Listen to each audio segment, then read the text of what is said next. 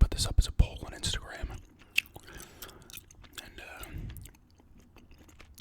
it hasn't ended yet, but it's like 26-1 in favor of doing it. So I will. I'm filming this a little bit earlier in the morning, but I'll put it up at like 2 o'clock in the afternoon, so it will be done by then. The poll, but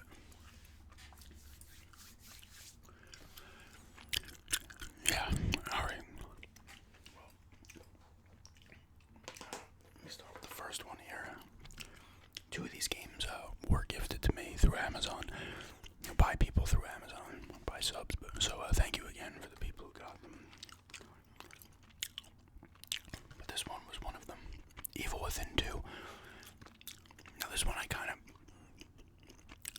was a little bit on the fence about Hidden Gem, but I feel like it is, because I feel like at the very least this game is underrated for sure. Almost kind of a hidden gem in the survival horror genre. I actually have the first one on my thing. I only played a little bit of it back on the 360. Whenever, like, I don't even know when that was. Maybe like 5 years ago or something. But when I ended up getting this one, I was happy to get this one, have this one gifted to me, because I was interested in it. I popped it in, and I loved it. I did a gameplay on it. I've talked about it in, like, what I've been playing vids as well. I don't think I did a full review on it. But it's a really cool game, I feel. I feel like not a lot of people played this, to be honest with you. It's got great atmosphere. You're using, what's his name? Sebastian. It says it right here, thankfully. Sebastian Castellanos. And he's the guy in the first game, too. At the beginning of the game, your house is on fire. You can't find your daughter. You think she's dead. Spoilers here. She isn't. You gotta go back into the machine. You said you were in the first one. And you gotta find her. So, like, there's a city, I think it's called Union, that they built. The people built. I forget what the bad people are called. A town or whatever. It's kind of falling apart now, so you gotta go in there. You gotta find another team that was sent in as well. So there's a couple people you have to find. But it's like a quasi kind of open world type game. Kind of like you're put in different areas. Like the first big area, it's not, I guess not open world, but open area. You don't have to immediately rush to do whatever. This thing's probably picking up the cat snoring. But yeah, you gotta, like, you can walk around these places, and there's kind of little side things, kind of, you come across this, like, ghostly woman who, like, brings you back to the, stuff that you kind of remember from the first game and stuff. You have to avoid her. You can't let her get you, or you just have to redo it. You cannot do it, I guess, at all. There's stuff to collect and stuff. You can upgrade stuff. You can make ammo, crap like that. Great atmosphere. It's a pretty creepy game, man, for sure. It is a cool story. It's pretty emotional. Some of the boss fights are really, they look cool. Like this thing on the back here. You're chasing this guy who's killed people. He's killed people in the town. He's killed some other of the people you're looking for, the agents or whoever from this group that went in to try to fix things. This thing is like a camera, and he uses a camera to do it. I guess it's like a special camera that kind of freezes time. But that enemy is like, has a camera face. It's all like sexualized and shit. Then when you're fighting the actual guy, he's kind of like a sub-boss. You fight him like halfway through. That camera's also in the background taking pictures, and it kind of just completely dies. But this thing and that guy, I forget his name, like sub-bosses, and there's like the other guy you have to deal with as well. But those boss fights, like the end boss is like massive, kind of huge thing. I won't spoil like what the end boss is or anything, but it's a really cool game. I would pick it up. It's creepy. It's good gameplay. It's fun gameplay. I like the exploration you can do in the areas that you're in, especially the first area and the second one as well. And there's a couple little side missions because you might not find some of the people or they'll die. The people are in your group, not your group, the other people you're looking for other than your daughter. So there's one guy, I couldn't save him in time, so I went back onto the previous save after I beat it and saved him, so you open up a different area and he gives you like a gun or something, I forget. It's a little bit like a side mission. Like I said, there's stuff to find and shit like that. But it's really cool. The people in town are like infected or whatever kind of, so they come after you. Kind of try to have to avoid them, but you can take them out as well. But I recommend it to people in survival horror and just as a game in general. I think it's really good. And like I said, I feel like it didn't. This game's weird because they kind of hyped it up, and then it kind of just like, I remember when they hyped it up, they were like, oh, the new one's coming out, people were pumped. And then it kind of like, it came out, and like to me, it kind of disappeared because I had forgotten about it. But yeah, definitely check this one out, for sure.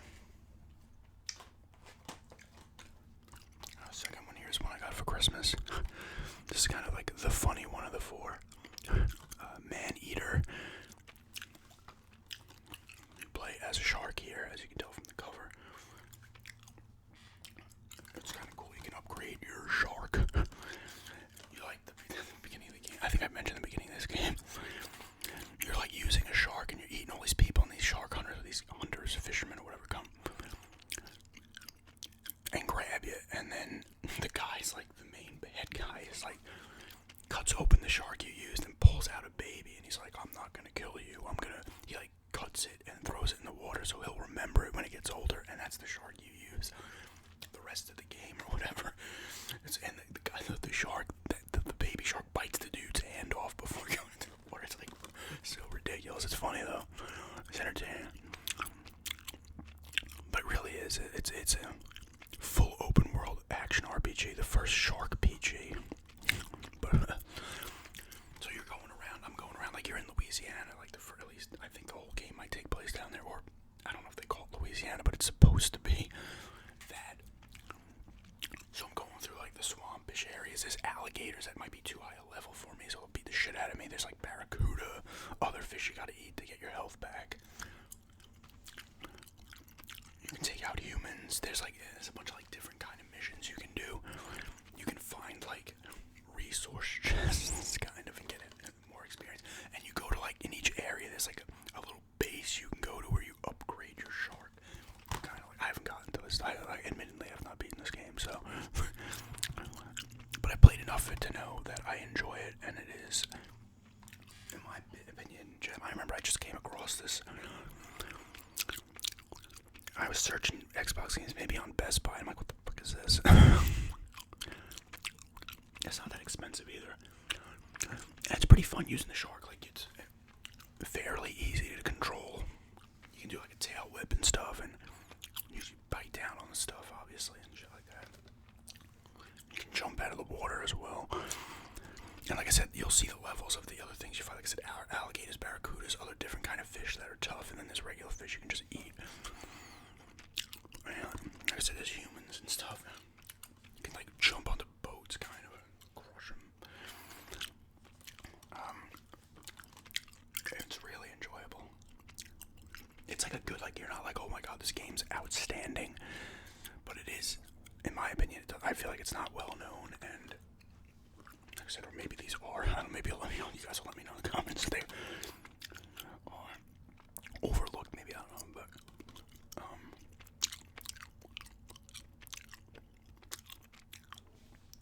I don't know, I like it, and graphically it looks alright. You know, it's not the best looking game in the world, but it looks pretty good. This is kind of one of those like lower budget titles. It's still good, not like, but it's from that era of the PS2, Cube, and Xbox, especially PS2, where they put out these like $20 games randomly that were not bad games. They were just lower budget games, but they were pretty solid. Not like amazing, but solid, nice games to play. I wouldn't, you know, because it's like a $40 game normally. I think it was on sale. That's why I asked for it.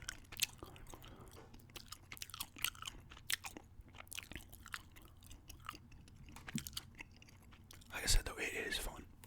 It is fun for sure. I would pick it up if you're into kind of looks campy kind of games, you know, and different kind of gameplay. Although it was a Jaws game back in the day on the Xbox and the PS2.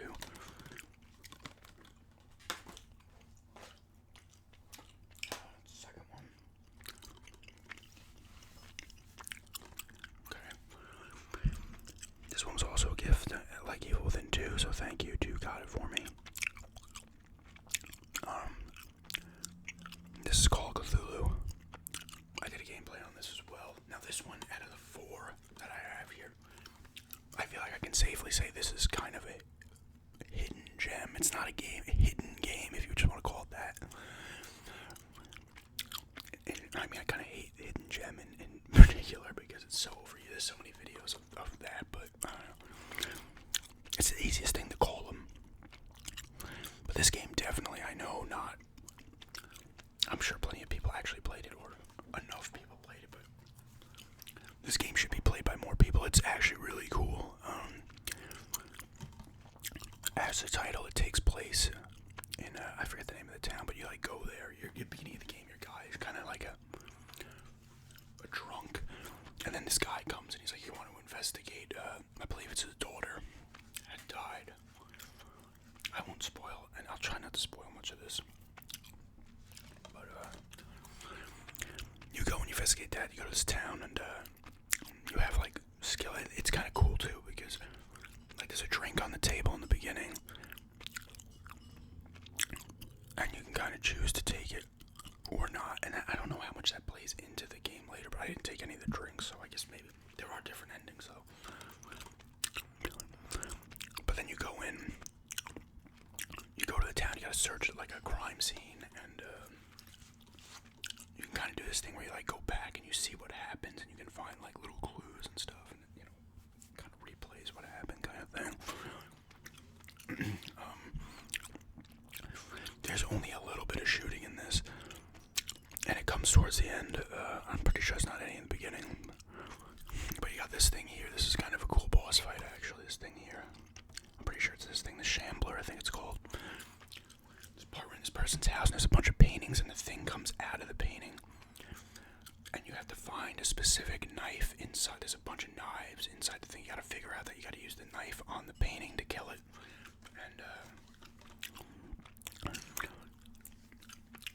And so you're like, the thing's following you around, you know, you're like slinking around as the thing's trying to find you, and you gotta like grab a certain knife, try to stab, see if it works, and you gotta run around again, hope the thing doesn't catch you.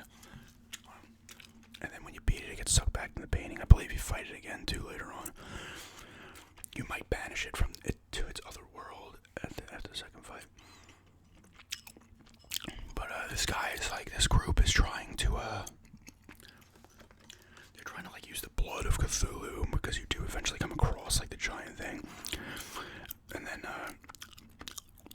I was finding like the books and then giving answers in like the language of Cthulhu, or whatever they call language, and that played into the ending as well. I'll spoil that. My ending was, you go to this like crazy looking cool place, almost like another dimension or something, and these people are like having like a seance type thing or whatever they're doing, and then Cthulhu actually comes and starts destroying everything, and you're fighting some people in like a cutscene and shit, and then it's just like, yeah, Cthulhu came back. But there are other endings as well. It's not overly long. It looks pretty good. It has like a Dishonored type graphical style, I would say. It's kind of like that kind of graphics. Not as overdone as, like, I don't mean overdone in a bad way, like Dishonored. Like the people's faces are very like I don't know, exaggerated kind of, I guess you would say. That's not like this, but it has that similar style. It reminds me kind of like a BioShock type feel too. Just in feel, I'm not saying it's like BioShock, but it has like a feel of just that, I don't know. It's fairly creepy, and like I said, there's like no combat really, you just kind of avoid stuff, and he starts losing it and shit.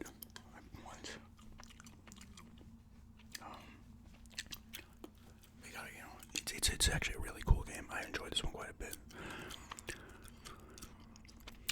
I might go back and play it again at some point because it is pretty short, and you can find other things. There's like some hidden things you can find and shit like that, like in every game pretty much.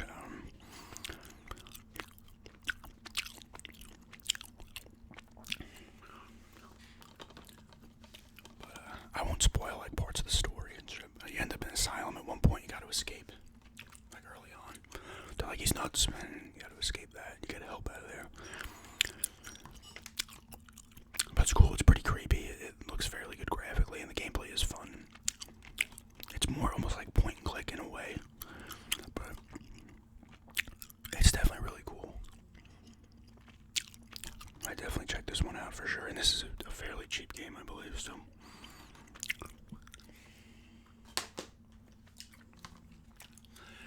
Last one here, I didn't kind of debate, because in my opinion, especially on the Xbox One, I feel like it's definitely not well known, maybe more so on the PS4, but it's Valkyrie Chronicles 4. This is a strategy game, it's not really grid based, but it is like you have a meter. It's not like a Gladius where you have a certain amount of moves. Well, not certain amount of moves, but you're on a grid. This one you have a big area, but you have like a little gas meter for each character or tank, and it goes down as you're moving, so you can move a bit, but eventually the thing will roll down. But you're not like confined to like, I gotta move on this grid. You can move like, you can zigzag and stuff like that. You shouldn't do that, but you can. They call it the Blitz system. That's what it was called from the original. I love the original one. It came out on the PS3. God, it had to be like 08. And then 2 and 3 came out on the PSP, which was weird. Because, I think this game, the first one ended up being a greatest hit, but for whatever reason, 2 and 3, and I was like, son of a bitch. They actually have 2. I think 2 is available to download on the Vita. So I might do that. It's only like $10. But it's the same thing. It has an awesome painting. Like, it looks like a painting graphically. It looks really nice. And there's a story in there. This one is the unwritten history of the Second European War. So I'm pretty sure this is going on as the first game is, except I haven't beaten this one either, but I played enough of it to know it's like the first one, and I enjoyed the fuck out of the first one, so. And you have different people. You have scouts, troopers, engineers, or what are they call engineers, or grenadiers, or maybe they are engineers. They can like fix your tank and stuff like that when it gets messed up. Scouts can move further, but they're not as tough. Troopers are kind of like that in between. There's snipers. Like I said, I don't know if you can tell it here, but it has such a cool art style. Graphically, it looks really good. He plays this dude here, and there are people that kind of pissed at him at first, because I guess they had like a experience early on, so a few people don't kind of trust him, and some do. So you kind of have to prove yourself, and you get graded in each battle as well. So you can replay them, and then like afterwards you can upgrade your stuff. You can recruit people, and like the people you recruit, like not the main characters, they can, because if your main characters die, it's usually game over. But similar to Gladius, you can have the people you recruit can die. I'm pretty sure they can die. Yeah, they can. But and the weather is in this one as well, so that plays a part.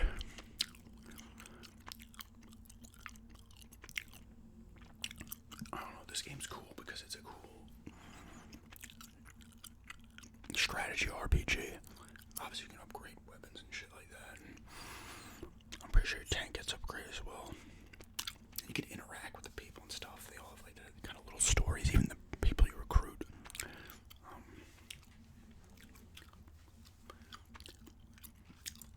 But it's really cool. It's definitely worth playing if you're into games.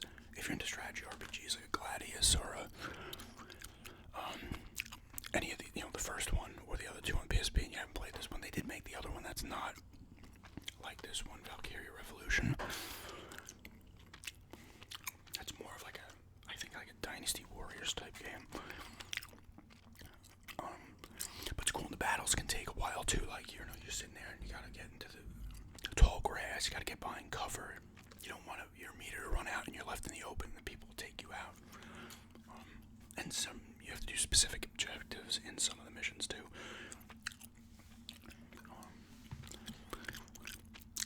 So it's really fun. It's a cool game. It has an awesome look.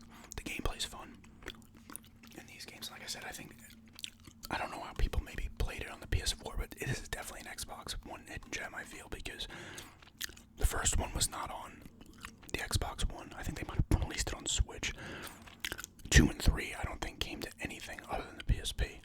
And Revolution was on the other systems, but this one, like, I feel like it kind of came out and that was it. And also the music's awesome in this. It has tunes from the original one as well, which was sick. I'm pretty sure the guy who does, or girl, I don't know the composer's name, so it could be male or female.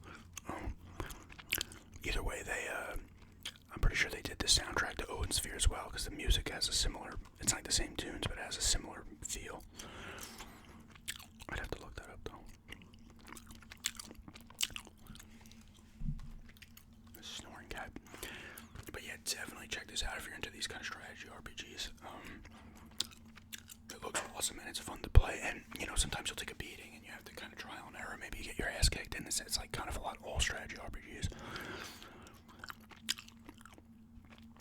Kind of like that. Even the new South Park, or the second South Park game, the Fractured But Whole, is the same kind of grid system. It's like a Gladius. Not the same, but it does have a grid system. This is not grid-based, but you're on a meter that goes down, and you can move around for a bit. And there's medics as well, who, you can heal people, obviously. Definitely check it out, though, if you're into this genre, because it's well worth it. I mean, check out the other ones, too, or at least the first. I'm sure 2 and 3 on the PSP are similar as well. Definitely a cool game, and I feel it's I feel this is actually similar to Call of Cthulhu. I feel like this is a hidden gem that not many people know about, especially on the Xbox One. But yeah, Valkyrie Chronicles 4. So yeah, those are some hidden gem videos you may disagree with what I consider a hidden gem. I don't know. Either way, they're good games, and I think they are underappreciated at the very least, or underrated as well. But if you guys want to see another one of these, let me know, because there are some other games in my collection some I still have to play. Or I can even go from games that I played from Game Pass. I don't own physical copies of as well if I want to do that. But yeah, thanks for checking this out.